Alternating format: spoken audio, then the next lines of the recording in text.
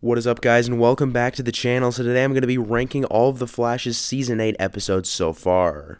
So yeah, let's just get right into it, guys. So starting off at number 11, I have episode 7. Now this one, of course, was the episode where we saw Goldface's return. Obviously, he's the best villain of all time, so I feel very ashamed putting this one at the bottom of the list. But nonetheless, this episode is very boring. There's not really much going on here. It's just a filler episode, so yeah, that's really why it's this low on the list. All the other filler episodes we've had this season have been, somewhat entertaining. So this one, it's just really boring. Not much to see here. So at number 10 now, I have episode 9. Now this one, it was really like a Chester-focused episode. Of course, this is the one where we were basically introduced to the Black Flame itself. Episode 8 was still a part of that storyline, but episode 9, we really started getting more into the Black Flame stuff. But this one, just showed the Black Flame in the form of Chester's father. And while Chester is a pretty good character, there's really no reason for him to have this type of a storyline with this. So yeah, overall, this episode was just, it wasn't really Flash focused at all, which is why I think it's, this low on the list. But at number 9, guys, I have episode 10. Now, this episode right here, the ending of this episode was amazing. We saw Ronnie Raymond's return to the show, basically confirming that he was the Black Flame. That was really cool. Caitlin being basically reintroduced into a storyline again, that was great as well. But other than that, we didn't really see Barry use his powers that much. That's not very cool. And it was a lot of, Frost, Caitlin and Frost's mother, all that stuff happening in this episode, which, wasn't particularly interesting. So besides the Ronnie Raymond and, all the new Caitlin stuff, this episode, it was meh.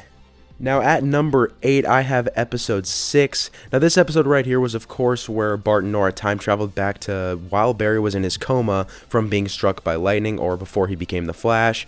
And this one was, I thought it initially was really good compared to the other episodes, but now I see that, there are definitely some flaws with this one. Like, come on, you're really going to use the Royal Flush Gang back in 2013? You got to use like an OG villain. I really wish they used a villain from season 1. That would have been so cool. Maybe they bring back Leonard Snart or something like that, before he was Captain Cold. He's just doing like a simple bank heist or something like that. I think that would have been really cool to see. But yeah, nonetheless, time travel is still really cool to see. I wish we got to see maybe like a little Harrison Wells Eobard Thawne teaser back in that episode. But yeah, we did see Barry in his coma, which was pretty cool. So yeah, overall this episode, not too bad. I definitely say it's, there are a lot of good parts. But yeah, that's number 8 on my list. But now, guys, at number 7, I have episode 5, or the finale of Armageddon. Now, some great things about this episode include the little Reverse Flash origin type thing. That was a great talk, I think, between Barry and Thawne. You also had at the end with Thawne losing his speed, saving his life. I really thought they should have let Thawne die, so then there would be like a new Matt Letcher version of Reverse Flash that could have appeared. I think that would have been really cool.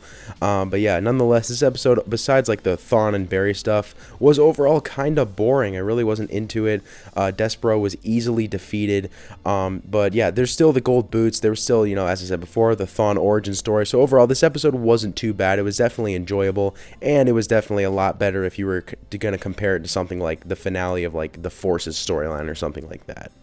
So now, guys, at number 6, I have episode 8. Now, I know a lot of you guys may be surprised that this episode is this high up on the list.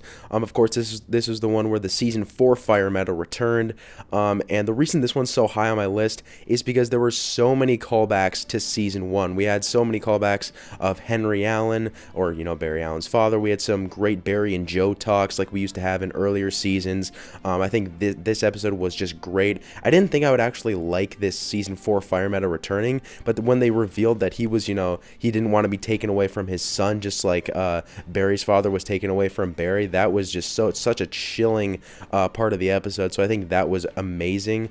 I think this episode is definitely one of the more underrated episodes of the season. But now, kicking off the top 5, guys, I've got episode 1. Now, this episode was great for a couple of reasons, in my opinion. So first of all, you have the Atom, or Ray Palmer, returning. He's always a great character to see in the Arrowverse. You also had Barry using powers that, we hadn't seen him use in a while, like Flash Time to defeat the Royal Flush Gang. All that stuff was great. This episode, the introduction of Despero, he really seemed like a threatening villain in this episode, so I think that was all great. And I think this episode, great start to Season 8 and a great start to the Armageddon storyline. Now at number 4, guys, I have episode 3. Now this episode I think was great for a few reasons. First of all, you had Despero in this episode. I thought he was super menacing. I thought he was really cool. Of course, Barry and Black Lightning returning to the Hall of Justice. That was amazing. All those scenes between those two are great. Would have liked to see a little bit more from Black Lightning in this episode, but nonetheless, it was still great to see him in this episode. And then, of course, the ending with Eobard Thawne being behind everything I thought was just fantastic. So yeah, this episode overall was very entertaining. So coming in at number 3 now, I have episode 11. Now this episode was so good. This was the most recent episode of The Flash Season 8, of course. This one was amazing. You had Ronnie Raymond, all those Ronnie Raymond flashbacks in this episode. You had the Deathstorm reveal at the end. This episode had me on the edge of my seat. I was like, is Ronnie Raymond going to survive? Is he going to turn into some sort of villain? Is he going to be tricking Team Flash? What's going on here? And, Caitlin's determination to save Ronnie was, again, reminded me of Season 1. So I think all of that was so good in this episode, and I wish we, got more episodes like this, because, when they really focus on the main characters, it's surprising how good they can make an episode. Also, when they, bring back, old characters, I'm feeling like these later episodes are going to have Eddie Thawne in them are going to be great, just because they're bringing back old characters like him. So coming in at number 2, guys, I have episode 2. Now, episode 2 of season 8 was very, very good. Of course, a second episode of Armageddon.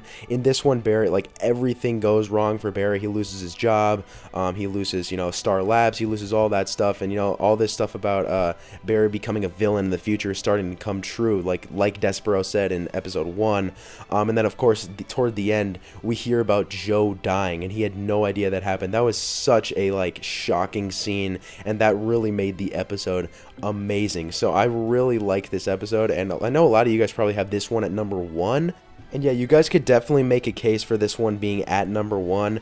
But my number 1 personally is going to be episode 4. Now this one we see Barry go into the future, that being 2031. We see that Thawne changed the timeline. Thawne is now the Flash, Barry is now the Reverse Flash. And I think that was such a cool twist that I really did not see coming.